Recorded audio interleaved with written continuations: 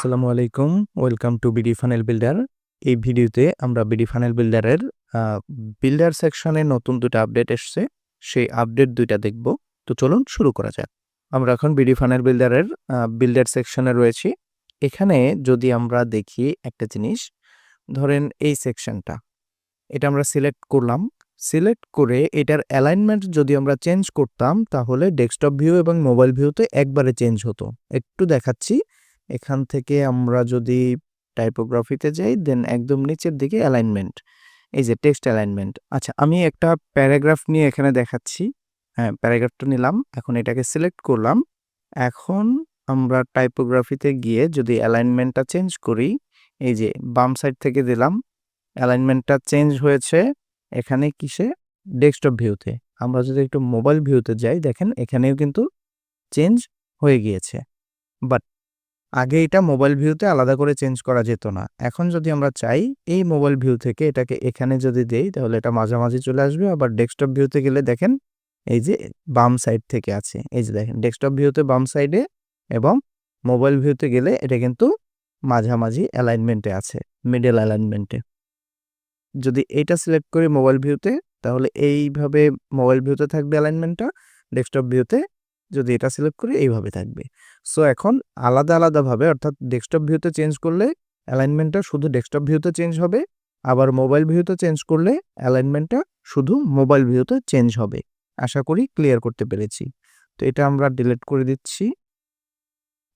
ওকে, আর একটা মজার জিনিস এখানে অ্যাড হয়েছে, সেটা হচ্ছে এখানে পিকচার স্লাইডার আমরা দিতে পারতাম, অর্থাৎ একটার পরে একটা পিকচার স্লাইড হতো। তো এরপরে এখন নতুন যে আপডেটটা আসছে সেটা হচ্ছে ভিডিও স্লাইডার। এখানে যদি আমরা এটা, এই যে ভিডিও স্লাইডারটা, এটা ড্র্যাগ করে ড্রপ করি এখানে, তাহলে দেখেন এখানে ওই পিকচারের মতো আবারও এখানে যদি এই সেকশনটা আমরা এখানে সিলেক্ট করি, তারপরে কিন্তু আমরা এখানে এই যে স্লাইডার থেকে ভিডিও লিঙ্ক চেঞ্জ করে করে আমরা এখানে ভিডিও অ্যাড করতে পারবো।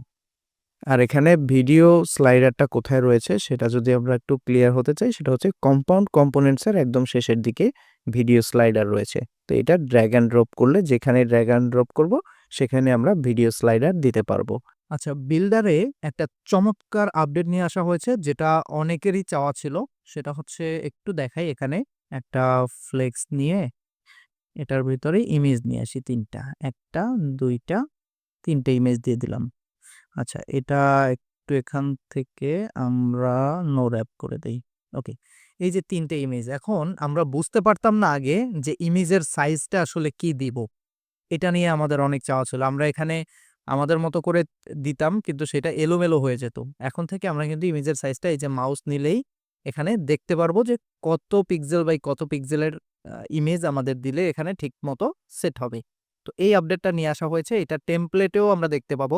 টেমপ্লেটে যে পিকচারগুলা, জাস্ট টেমপ্লেট ওপেন করে পিকচারের উপরে মাউস এভাবে নিয়ে গেলেই আমরা এরকম হচ্ছে সাইজ দেখতে পাবো।